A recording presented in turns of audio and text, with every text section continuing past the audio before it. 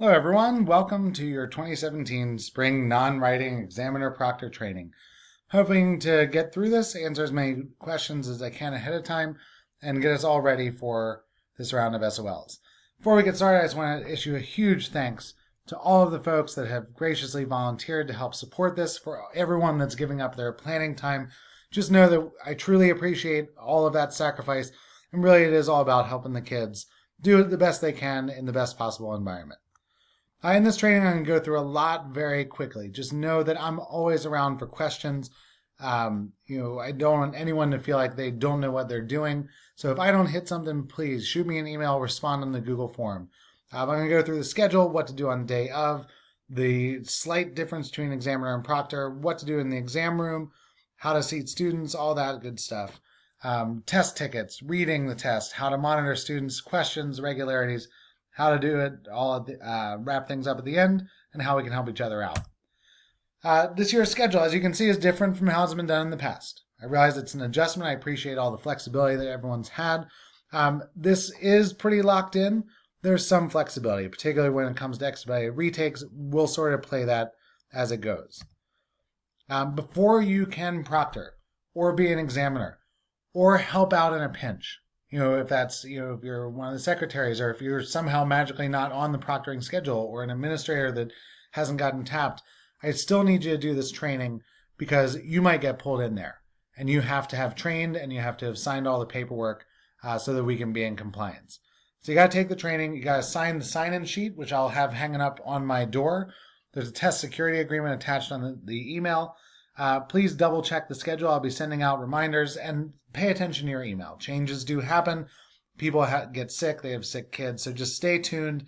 We'll get through this together. This is the sign-in sheet. You'll see this hanging on my door. You just have to sign this before you can proctor. So I'll be sending out reminders, but just please take care of that. Testing security agreement. This is an important document.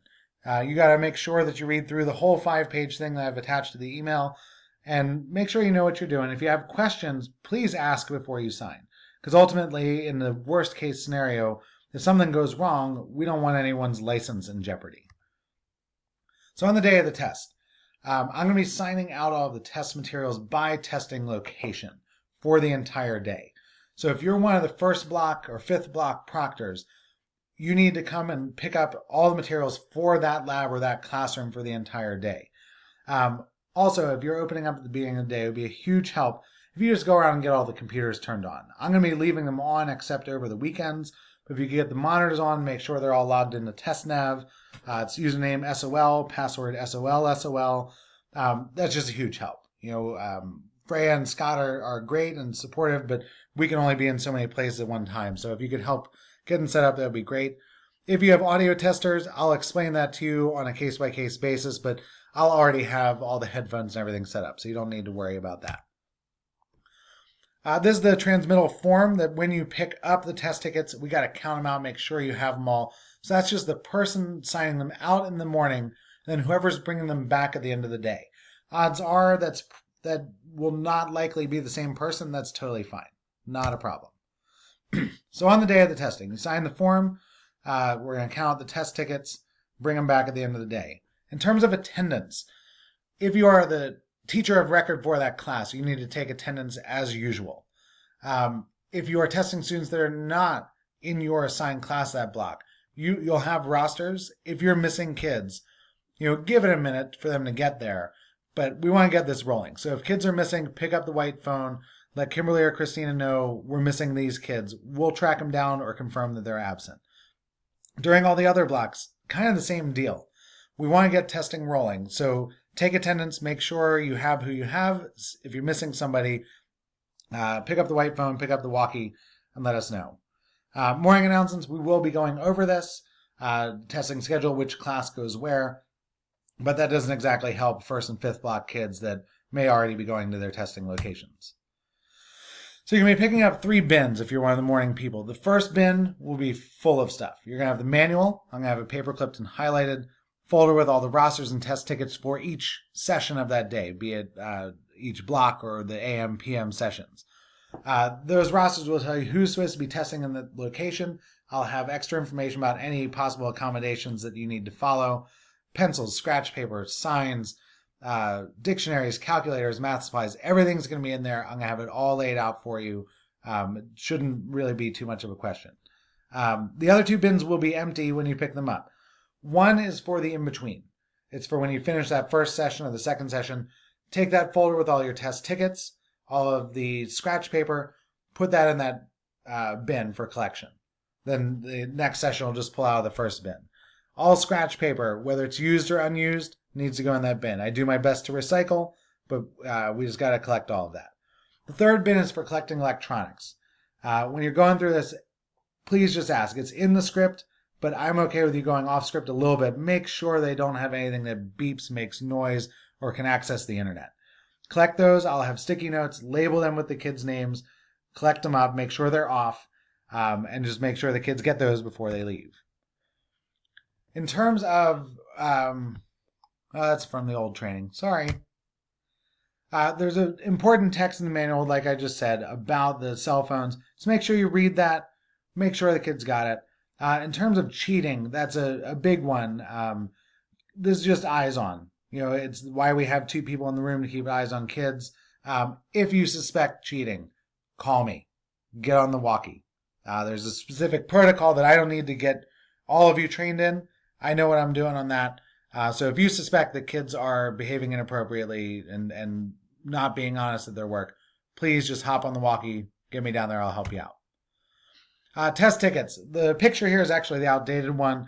There is a space for the students to sign at the bottom now. It's specifically on there. There's also a space for, I think it's like a testing device. You do not need to worry about that. That is for schools that are piloting testing on iPads that are not directly linked into the server. So don't worry about the testing device ID. In terms of monitoring students, there's a reason why we have 2 people in every room. We want to keep eyes on kids. We want to make sure that they are staying on task, that they're behaving appropriately, that they're keeping their eyes on their monitors. Walk around, move around the testing room. That doesn't mean you're walking for the entire 90 minutes, but just sitting and checking your email, reading a book the entire time is also not appropriate. Just keep moving around, keep an eye on the kids, keep them on task. In terms of bathroom breaks, one person is the bathroom person. If the teacher of record is in there, they are the bathroom break guide. 1 kid at a time. The preference is to take them to the faculty bathrooms if at all possible, but just 1 kid in at a time and walk them back. Frequently asked questions. Can you get on your computer? Yes, we're not so worried about the bandwidth issues, but if you're sitting there at your computer the entire time, that's problematic. So if you need to check your email, if you need to do some lesson planning, grading, fine, just up and around, moving around, checking in on the kids. We don't have to have 2 people in every room. That really is a precaution for the most part, but we want to cover ourselves. We don't want to put anyone in a situation where they could be accused of something, and then we get into a sticky situation. In terms of student navigation, we're very limited in what we're actually allowed to say to the students. We can give them direct instructions on how to move around in the test, but you can't say anything about the content whatsoever. I'll get into that in a little bit. Right here. All we can say, and just repeat it verbatim, is read it carefully and choose the best answer. If they have questions about the tools, refer to the help icon on the toolbar. We really can't say anything else. And it's going to be tempting. Just resist the temptation. And honestly, resist any inflection in your voice.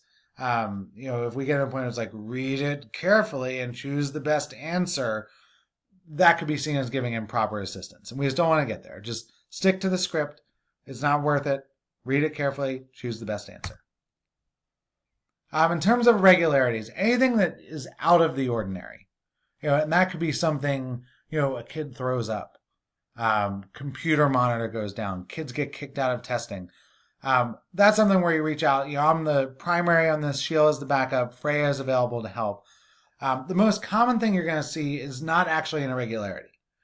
Having a kid kicked out of the test is not something that we have to report to the state. That's something where, honestly, the easiest thing for you to do, pick up the walkie, say, hey, Mitch, I've got a kid that got kicked out of their test in Lab B. I don't actually have to come to lab B to get them logged in. I can do that remotely and let you know when the kid is logged back in. So if that's probably the most common thing that happens, just give me a holler. We'll get it fixed up. Other irregularities are pretty rare. Just keep an eye out. The most common is kids getting a accommodation they're not supposed to have, or not getting one that they're supposed to have.